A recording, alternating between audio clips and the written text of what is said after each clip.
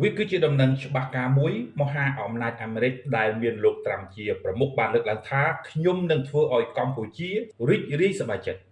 បាទប្រិយមិត្តនេះគឺជាព័ត៌មានមួយដែលល្អមែនទែនហេតុនេះហើយសូមលោកអ្នកចូលរួម share ចែករំលែកដើម្បីឲ្យប្រជាពលរដ្ឋយើងបានជ្រាបអំពីដំណឹងដ៏ល្អមួយនេះផងដែរលោកប្រធានាធិបតីអាមេរិក Donald Trump នឹងចូលរួមក្នុងកិច្ចចុះហត្ថលេខាលើកិច្ចព្រមព្រៀងសន្តិភាពរវាងកម្ពុជានិងថៃក្នុងកិច្ចប្រជុំកំពូលតំបន់អាស៊ានអាស៊ីអាគ្នេយ៍ដែលនឹងមកដល់ភាពតានតឹងរវាងថៃនិងកម្ពុជាបានផ្ទុះឡើងកាលពីថ្ងៃទី24ខែកក្កដាឆ្នាំ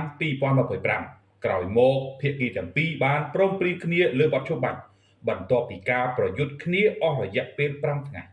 បទឈប់បាញ់នេះធ្វើឡើងតាមការសម្របសម្រួលដោយប្រធានាធិបតីអាមេរិកលោក Donald Trump លោកមហាម៉ាត់អាហ្សានរដ្ឋមន្ត្រីការបរទេសម៉ាឡេស៊ីក៏បាននិយាយផងដែរថា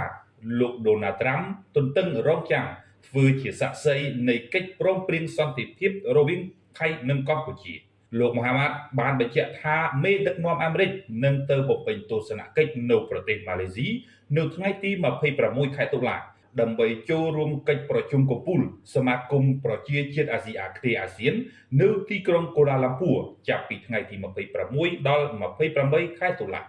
ប្រទេសម៉ាឡេស៊ីនិងសហរដ្ឋអាមេរិកនឹងដើរតួនាទីជាអ្នកសម្របសម្រួលសម្រាប់កិច្ចព្រមព្រៀងបទឈប់បាញ់កាន់តែទូលំទូលាយកិច្ចព្រមព្រៀងនេះនឹងតម្រូវឲ្យភាគីទាំងពីរដកមីននិងដកគ្រឿងទ័ពយោធាចេញពីព្រំដែន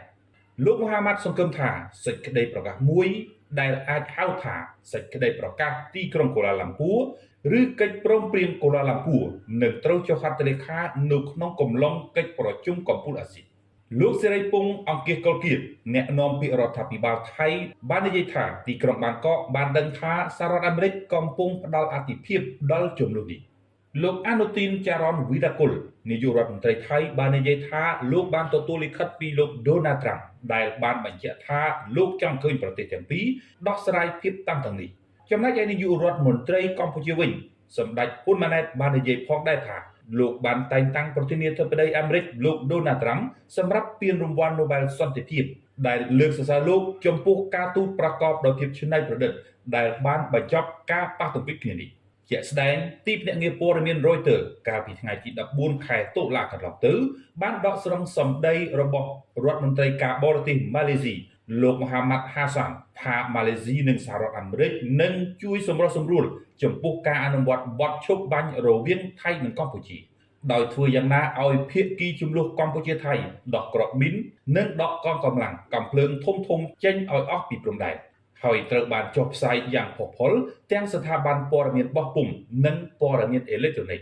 យើងក៏សង្កេតឃើញថាប្រជាពលរដ្ឋកម្ពុជាក៏មានការចាប់អារម្មណ៍ជាខ្លាំងហើយក៏បានបញ្ចេញនូវមតិខុសៗគ្នាជុំវិញនឹងវិវត្តនៃជំលុះព្រំដែនកម្ពុជាថៃ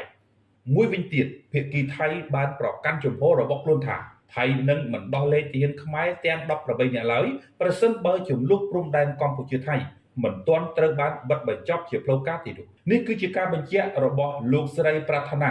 ឌីស៊ីយ៉ាកាត់តំណាងអចិន្ត្រៃយ៍ថៃប្រចាំអង្គការសហប្រជាជាតិនៅក្នុងកិច្ចប្រជុំលើកទី76របស់គណៈកម្មាធិការប្រតិបត្តិនៃឧត្តមស្នងការអង្គការសហប្រជាជាតិទទួលបន្ទុកជនភៀសខ្លួនកាលពីថ្ងៃទី8ខែតុលាឆ្នាំ2025អ្នកនាំពាក្យគណៈកម្មាធិការសិទ្ធិមនុស្សកម្ពុជាលោកស្រៀងចិន្តាចាត់ទុកការបញ្ជាក់របស់លោកស្រីប្រាថ្នាឌីស៊ីយ៉ាកាត់ថាគ្រាន់តែជាភាសាការទូតដើម្បីលាក់ចរិតព្រៃផ្សៃរបស់ជាតិសាសន៍ខ្លួនតែប៉ុណ្ណោះសម្រាប់លោកស្រីចិន្តាប្រសិនបើថៃចង់បញ្ចប់ចំនួនមែនថៃមិនត្រូវបន្តឃុំខ្លួនទាហានខ្មែរទាំង18នាក់និងបន្តសកម្មភាពញុះញង់ដែលផ្ទុយទាំងស្រុងពីច្បាប់អន្តរជាតិនោះទេ